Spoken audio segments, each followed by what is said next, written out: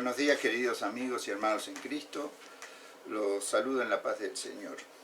Hoy vamos a compartir un texto de la palabra de Dios con la esperanza de que Dios nos refuerce la convicción cristiana de poder ser fiel a su principio de vida para con nosotros y para con nuestros semejantes, para con nuestra comunidad de fe y con aquellos que están alrededor nuestro, sin distinción de raza, sexo o religión.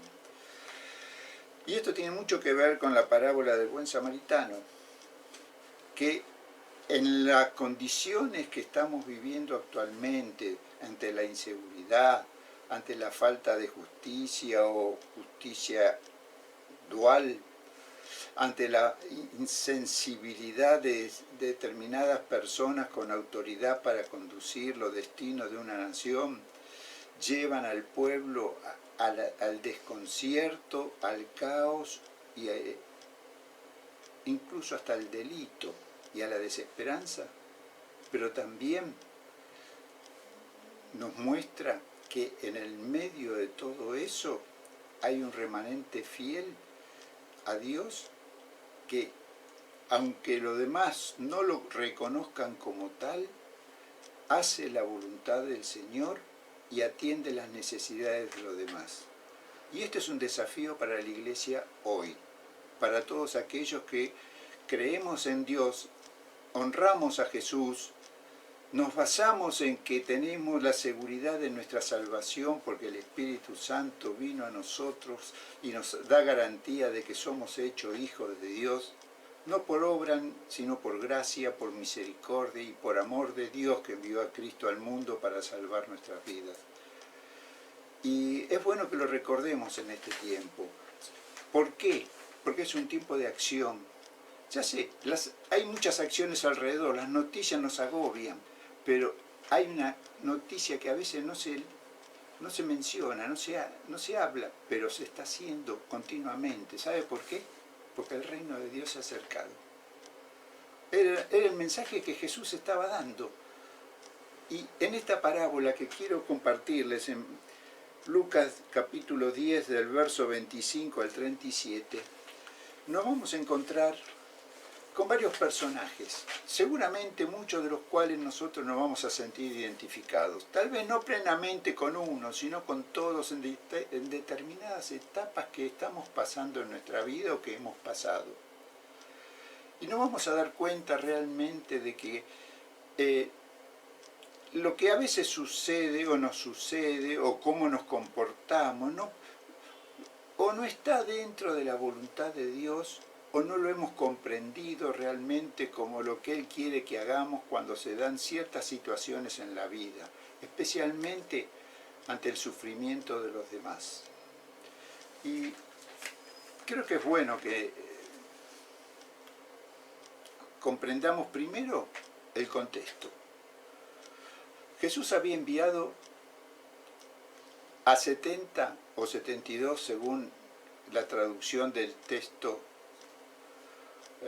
que se toma de referencia original, anunciar por las localidades vecinas ahí en Galilea que el reino de Dios se había acercado, y en las casas que los recibieran, que sanaran a todos los enfermos.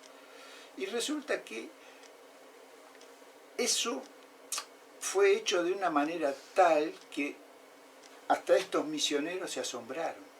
Por lo tanto, cuando vinieron, en el capítulo 10, verso 17, dice: cuando volvieron los 70 con gozo, le decían al Señor: Señor, aún los demonios se nos sujetan en tu nombre. O sea, acá era algo tremendo lo que Dios estaba haciendo a través de estas personas, porque simplemente le habían obedecido a Jesús. Por eso le dice, volviéndose a los discípulos, se lo dijo aparte: bienaventurados los ojos que ven lo que vosotros veis. ¿Qué vieron ellos? Ellos vieron el poder de Dios cuando hablaban la palabra, cuando ministraban conforme a la autoridad que Jesús les había dado. Y ahora estaban viéndolo a Jesús. Porque os digo que muchos profetas y reyes desearon ver lo que vosotros veis, y no lo vieron, y oír lo que oís, y no lo oyeron.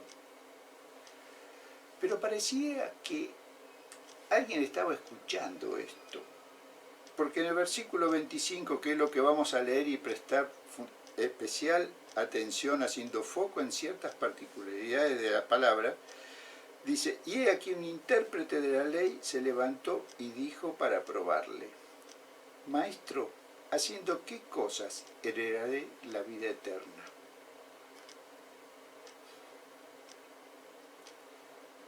Él le dijo: ¿qué está escrito en la ley? ¿Cómo lees? Este hombre sabía perfectamente la ley. Conocía el Shema, Deuteronomio 6, capítulo, verso 4, donde dice que oye Israel, Dios uno es. Y también sabía perfectamente que decía: amarás a tu Dios con todo tu corazón, con toda tu alma, con toda tu mente, con todo lo que tú tienes. Y también conocía lo que Dios pedía de él para que lo hiciera. No solo amar a quien no veía como adorando al invisible, sino cómo lo llevas a la práctica con aquellos que están al lado. Y eso está en Levítico capítulo 19, verso 13 al 18. Y dice: son actitudes prácticas de vida que si todas las llevamos adelante, no tendríamos conflicto. Seríamos elementos pacificadores de conflicto. No oprimirás a tu prójimo, ni le robarás. No retendrás el salario del jornalero de la casa hasta la mañana. O sea, no le vas a pagar fuera de término, cuando tú dices que puedes, sino pagarle justo cuando lo que has acordado y cuando lo has acordado. No maldecirás al sordo, o sea, no vas a hablar mal de aquel que no te puede oír, que no te escucha porque está lejos o porque realmente es sordo.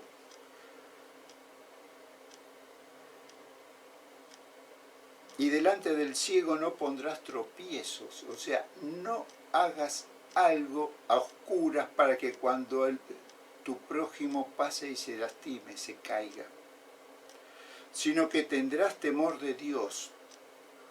Yo, Jehová, todo lo que hagas, tenés que hacerlo considerando a Dios, que es el que juzga. No harás injusticia en el juicio. ¿De qué manera? Ni favoreciendo al pobre, ni complaciendo al grande. Con justicia juzgarás a tu prójimo. No andarás chismeando entre tu pueblo. No atentarás contra la vida de tu prójimo. Yo, Jehová, eso está diciendo el Señor.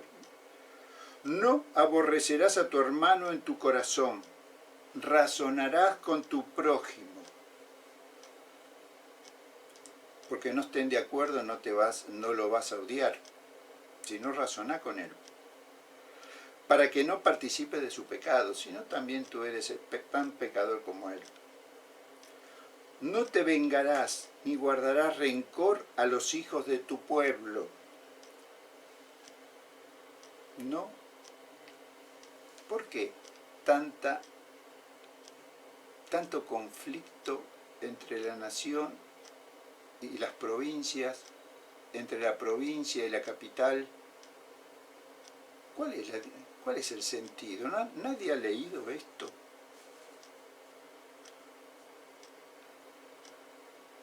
Tampoco parece que leyeron esto, sino amarás a tu prójimo como a ti mismo. Yo, Jehová. ¿Cómo responde este escriba a Jesús? Amarás al Señor tu Dios con todo tu corazón y con toda tu alma y con todas tus fuerzas y con toda tu mente, y a tu prójimo como a ti mismo. Qué notable, ¿no? Le da la misma respuesta a Jesús que sus mismos pares, los escribas, le preguntaban a Jesús para tentarlo en Mateo 22:37 y Marcos 12:30, donde es Jesús el que le da esta respuesta a los escribas. Y lo deja sin palabra. ¿Cómo le responde Jesús a esto? Bien ha respondido. Haz esto y vivirás. Lo sabes, lo conoces, lo aprendiste, aplícalo. ¿Lo has leído? ¿Lo has entendido? ¿Lo has comprendido? ¿Lo has aplicado? A veces sí, a veces no. La palabra no dice a veces a quién, cuándo y dónde, sino siempre. Amarás a tu prójimo como a ti mismo. ¿Cómo te amas? A veces te amas, a veces te odias a ti mismo. Bueno, si tú no haces eso, lo que buscas siempre es el bien tuyo, deberás amar a tu hermano, a tu prójimo como a ti mismo, buscar el bien del prójimo. Esto es lo que este hombre lo conocía, pero como yo lo he escuchado a veces de un sabio pastor, usted tiene la ley en su mente, le falta bajarla 30 centímetros a su corazón. Es lo que debemos hacer cada uno de nosotros. Ahora bien, la realidad es que el intérprete de la ley, al igual que los que nos congregamos, los que participamos de la comunión en las iglesias y demás, somos personas de cuerpo, alma, espíritu, que convivimos en sociedad. Y de entre la ley y el tiempo de Jesús pasaron 20 siglos, 2000 años casi. Y en el medio fueron reglamentando la ley, adaptándola, ayornándola, decimos algunos, a los tiempos que se estaban viviendo. Y en el segundo siglo antes de Jesús, había un sabio que se lo reconocía como Jesús, hijo de Eleazar, nieto de Sirá, que es el autor del libro eclesiástico, un libro deuterocanónico, que seguramente muchos de ustedes no lo han leído, pero acá muestra cómo se estaba formando, se estaba instruyendo a la gente para poder tener las relaciones con sus países vecinos, con sus localidades vecinas. Dice, hay dos naciones que aborrezco, una más y otra más que ni siquiera merece el nombre de nación. Los habitantes de Seir, los filisteos, y la estúpida gente que vive en Siquem, dice el capítulo 50, verso 25-26. Siquem es más Samaria. Para los judíos, los samaritanos eran estúpidos. Esta realidad que parece, de la forma en que la estoy expresando, cruda, todavía es sencilla a medida que está avanzando la sociedad, porque los medios de opresión cada vez son mayor y son distintos. En esta época de Jesús, usted dirá, los que estaban con Jesús estaban aprendiendo a ser buenas personas, estaban aprendiendo a hacer la voluntad del Padre.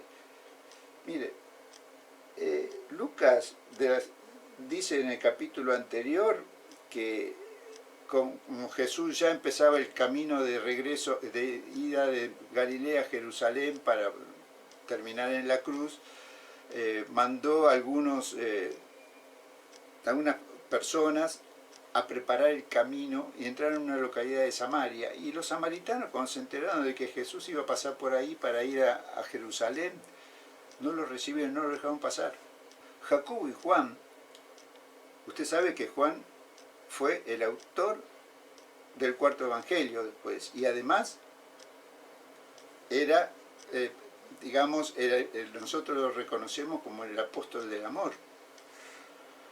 Pero junto con Jacobo, dice que cuando vieron esto sus discípulos, estos dos, Jacobo y Juan, dijeron, Señor, ¿quiere que mandemos que descienda fuego del cielo como hizo Elías y los consuma?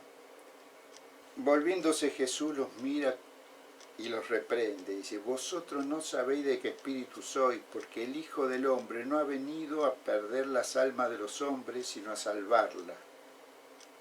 Y ahí fue que se fueron por otra aldea. Y ahí es donde se encuentra uno con el problema actual. ¿Quién es mi prójimo?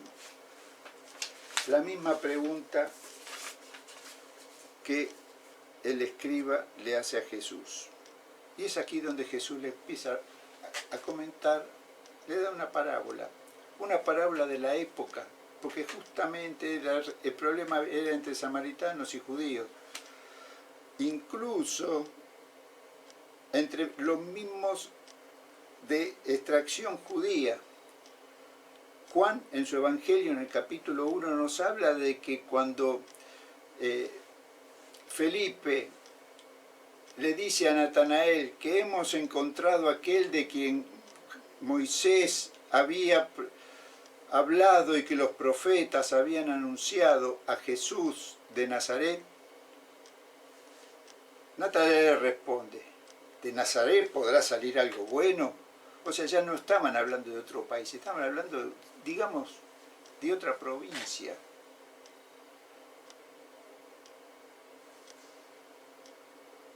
Qué bárbaro, ¿no? O sea, ¿cómo somos la gente?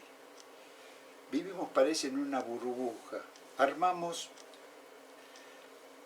clanes sociales, grupos de pertenencia, comunidades de fe, pero combatimos unos contra otros, aún devocionando al mismo Dios. Aún las guerras entre países occidentales que profesan el mismo Dios, ambos oran para que Dios los fortalezca y le dé la victoria, pero se está peleando entre hermanos, se está peleando entre seres creados a imagen y semejanza de Dios. Y esto es lo que el mundo no entiende y no quiere comprender, porque lo que quiere es cada uno hacer su voluntad. La sociedad avanza en función del interés personal y aquellos que son poderosos son los que marcan las leyes que hacen a la convivencia, aún poniendo en las constituciones o en los preámbulos como la nuestra de que toda la reglamentación para la paz social, para la convivencia sana, para poder recibir a los extranjeros, para igualdad de derechos, dice el preámbulo que invocamos a Dios, fuente de toda la razón y justicia, pero en nuestros actos le damos la espalda. Porque oramos para poder que Dios respete nuestra voluntad, cuando la oración es hágase tu voluntad, así en la tierra como en el cielo. Entonces Jesús le dice a este hombre, a ver si lo puede llamar a la reflexión. O sea, él tiene la noción de que el judío es el prójimo de él, pero en determinadas condiciones. Los demás no son prójimos. Así de simple. Respondiendo Jesús dijo, un hombre descendía de Jerusalén a Jericó y cayó en manos de ladrones, los cuales le despojaron e hiriéndole se fueron, dejándole medio muerto. Aconteció que descendió un sacerdote por aquel camino y viéndole pasó de largo. Asimismo un levita, llegando cerca de aquel lugar y viéndole, pasó de largo. Pero un samaritano que iba de camino vino cerca de él y viéndole fue movido a misericordia. Y acercándose vendó sus heridas y echándole aceite y vino y poniéndole en su cabalgadura, lo llevó al mesón y cuidó de él. Otro día al partir sacó 2 denarios y los dio al mesonero y le dijo, cuídamele, y todo lo que gastes de más yo te lo pagaré cuando regrese. Y aquí Jesús le hace, después de terminar la parábola, le hace una pregunta personal. ¿Quién pues de estos 3 te parece que fue el prójimo del que cayó en manos de los ladrones?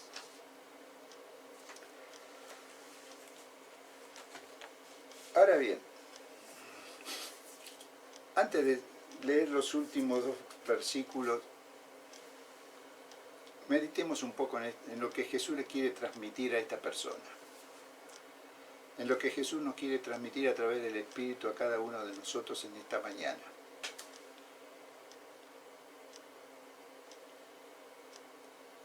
Hay una persona que está de viaje en la vida. Dice que un hombre, un ser humano, está pasando de Jerusalén hacia Samaria, está bajando en el nivel hacia el mar. Y en el camino le aparecen unos salteadores, algo normal que sucede en esta sociedad, en nuestras vidas. Uno sale por las rutas y cuando están solos, corre el riesgo de que los asalten, los lastimen. Hoy está al orden del día de que no solo roban, sino lastiman, matan, lo dejan herido y lo dejan al costado del camino. Ahora, eso, ¿qué es lo que sucede después? Esa es la realidad de la vida. Resulta que pasa un sacerdote, que tampoco dice si es judío, samaritano o de otra religión que de dioses idólatras, no aclara, simplemente que era una persona que como sacerdote tenía la autoridad de hacer sacrificios en el altar y además enseñar al pueblo cómo conducirse para devocionar al Dios que representa. Lo mira y sigue de largo. No sé qué habrá hecho, qué habrá pasado por su cabeza. O dice, esto no es mi problema porque mi deber es para con Dios. Y siguió de largo. Ahora pasa un levita. El levita sí era judío. Eran los que se ocupaban de armar los servicios en el templo. Y sabía perfectamente que tenía que dejar todo preparado para que viniera la gente a adorar, para que el sacerdote administrar. Siguió de largo, lo miró y siguió de largo, hizo lo mismo que el sacerdote.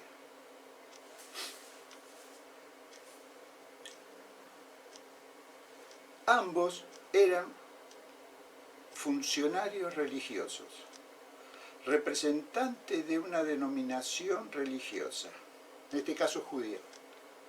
Podía ser o samaritano el sacerdote, pero representaban una religión que tenía por costumbre que si uno se comportaba bien hacia Dios, que veneraba, y hacia los demás, hacía las cosas correctas, ellos tenían la aprobación divina. Y sin embargo acá vieron una injusticia y no la atendieron, siguieron de largo.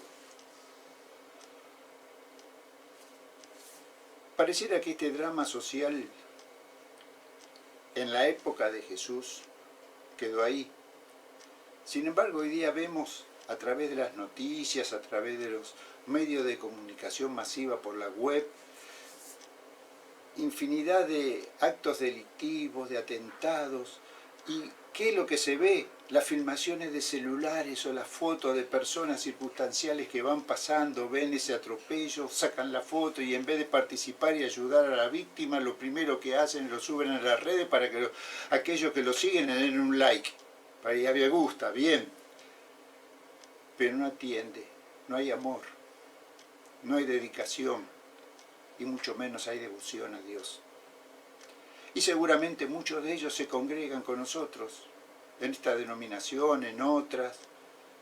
Otros tal vez solamente van a la iglesia en determinados momentos de su vida para determinados eventos, pero sí creen en el mismo Dios. Y sin embargo, no creen que Él también tiene que tener una relación de prójimo con el vecino, con el amigo, con el hermano. Nuestras congregaciones también tienen que comprender que tenemos que tener una relación unos con otros. Porque justamente era lo que Jesús le estaba diciendo a los suyos previo a que lo tomaran preso para ir a la cruz, para que el mundo los conozca que sois uno. ¿Y cómo se puede ser uno si ignoramos la necesidad de los demás? Esta es una realidad que nos toca vivir. Vivimos en una sociedad que es todo para ayer. No hay tiempo para devocionar y mucho menos, cuando veo, yo me fijo una meta en la vida y cuando veo que hay algo que me lo impide, trato de zafar lo más pronto posible. O sea, si no tengo tiempo para atender a aquel que está en la necesidad, no quiero oírlo. ¿Por qué? Porque me molesta, porque está interfiriendo con lo que me propuse en la vida en este día, o en esta semana, o en este mes. Ahora bien, el samaritano, que habla de samaritano, no se sabe si era un religioso, que era un caminante que pasaba por ahí. No sé, algunos dicen que era un comerciante, pero el texto no dice nada. Lo único que dice es que era un ser humano como la persona que es otra persona, como la víctima y como los dos religiosos. Pero esta persona tenía algo distinto. Aunque no se lo reconociera como un devoto de Dios, tenía el código de Dios puesto en su mente y en su corazón. Lo vio, se acercó, vio lo que estaba pasando, ahí tomó más conciencia. Entonces sabía que no lo podía levantar, no bastaba con que le diera una limosna. Lo tuvo que levantar y cargar en su cabalgadura y llevarlo hacia un mesón. Y ahí lo atendió. Y al otro día él tenía que seguir viaje, pero se ocupó de que el mesonero lo siguiera atendiendo hasta que este hombre se recuperara y pudiera seguir su camino en la vida. O sea, no se limitó, como hacemos muchos cuando hay un problema social, a darle una limosna o a orar para que el Señor abra puertas de trabajo cuando tal vez nosotros podamos tener un contacto como para poder llevarlo, como este hombre lo hizo con la víctima del mesonero, y con su propio dinero pagó para que fuera restaurado. Nuestras congregaciones tienen necesidades. No todos los hermanos están en buenas condiciones económicas, pero los que están en buenas condiciones económicas tienen la ventaja divina que Dios les ha dado, que ese dinero que no es suyo, lo tienen que manejar como administradores, como buenos administradores para atender la necesidad de los demás. Y aquellos que son atendidos en su necesidad no deben tomarlo esto como un derecho adquirido y dejar que siempre se los atienda en esa necesidad de generación en generación, como se están haciendo los planes sociales desde hace 30 años. Sino que los planes sociales realmente, como Dios los prepara y los quiere, es capacitar al hombre para que sea enteramente preparado para toda buena obra, y para eso hay que crear planes que levanten al caído, lo restauren y que de a poco lo vayan incorporando en la sociedad, recuperando la dignidad para que podamos juntos alabar al Dios de los cielos que nos llamó de las tinieblas a la luz verdadera. Ese es el mensaje que la Iglesia calla, ese es el mensaje que tenemos miedo de decir. ¿Por qué? Porque vamos a terminar en la cruz como terminó Jesús.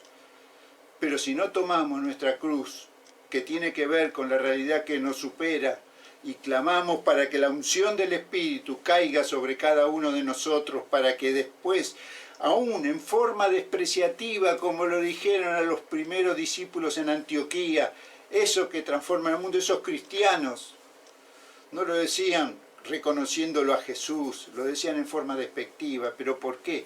Porque tenían una forma de vivir, una forma de pensar, una forma de actuar, que después, ya sé, con el tiempo terminaron en los circos romanos, alegrando a la gente que veía como los leones los perseguían. Y muchos perdieron la vida, pero cantando y alabando a Dios, porque sabían de que en última instancia ellos pasaban a su presencia. Ellos no preguntaron, como el escriba, ¿qué debo hacer para tener la vida eterna? Nosotros ya lo sabemos, Jesús pagó por nosotros. Jesús es el libertador de la humanidad, pero fundamentalmente es mi libertador, porque es un Dios personal, comunitario, porque dio su vida para todos, pero personal, porque yo lo he recibido y lo he aceptado.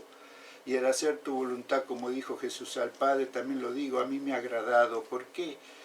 Porque todo lo que viene de Dios es bueno, y Dios nos llama reconciliados.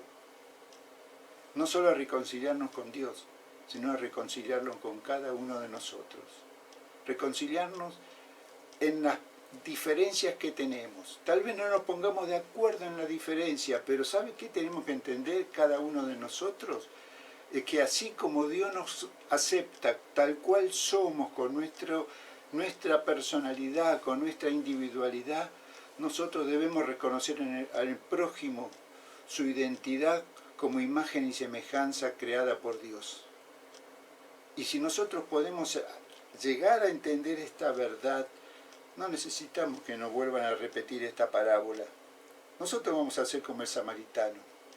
No nos importa si estamos atendiendo nosotros los cristianos a los musulmanes o a los judíos o a los incrédulos. Ya no usamos la palabra cuando yo estaba en el mundo, porque yo todavía no he ido a la presencia del Señor. Yo sigo en el mundo, pero no soy del mundo. Como dijo Jesús, no somos del mundo, pero vivimos. Y tenemos que dar testimonio de que el reino de Dios se ha acercado, primero en nuestras vidas, y segundo, aquellos que nos ven y nos escuchan. Hermanos, la palabra de Dios es viva y eficaz, y es cortante mucho más que una espada de dos filos. Tengámosla presente en nuestro corazón, usemos bien esa palabra de verdad, pero no para hablarla por la boca, sino para vivirla con nuestras actitudes, porque las obras que el hombre hace para Dios no es para salvación, sino es el testimonio de la fe en Cristo que nos salvó por la gracia de Dios. Y eso es lo que tenemos que tener en claro, eso es lo que tenemos que tener en cuenta. Tenemos que orar y actuar para que Dios complete la obra en la vida de aquellos que nosotros nos acercamos. ¿Por qué? Porque es mi hermano, es mi prójimo. Es aquel que fue creado al igual que yo por las manos de Dios para estar en su presencia. Volvamos a la pregunta de Jesús. ¿Quién pues de estos tres te parece que fue el prójimo del que cayó en manos de los ladrones? Él dijo, el que usó de misericordia con él. Entonces Jesús le dijo, ve tú y haz lo mismo. Es palabra de Dios.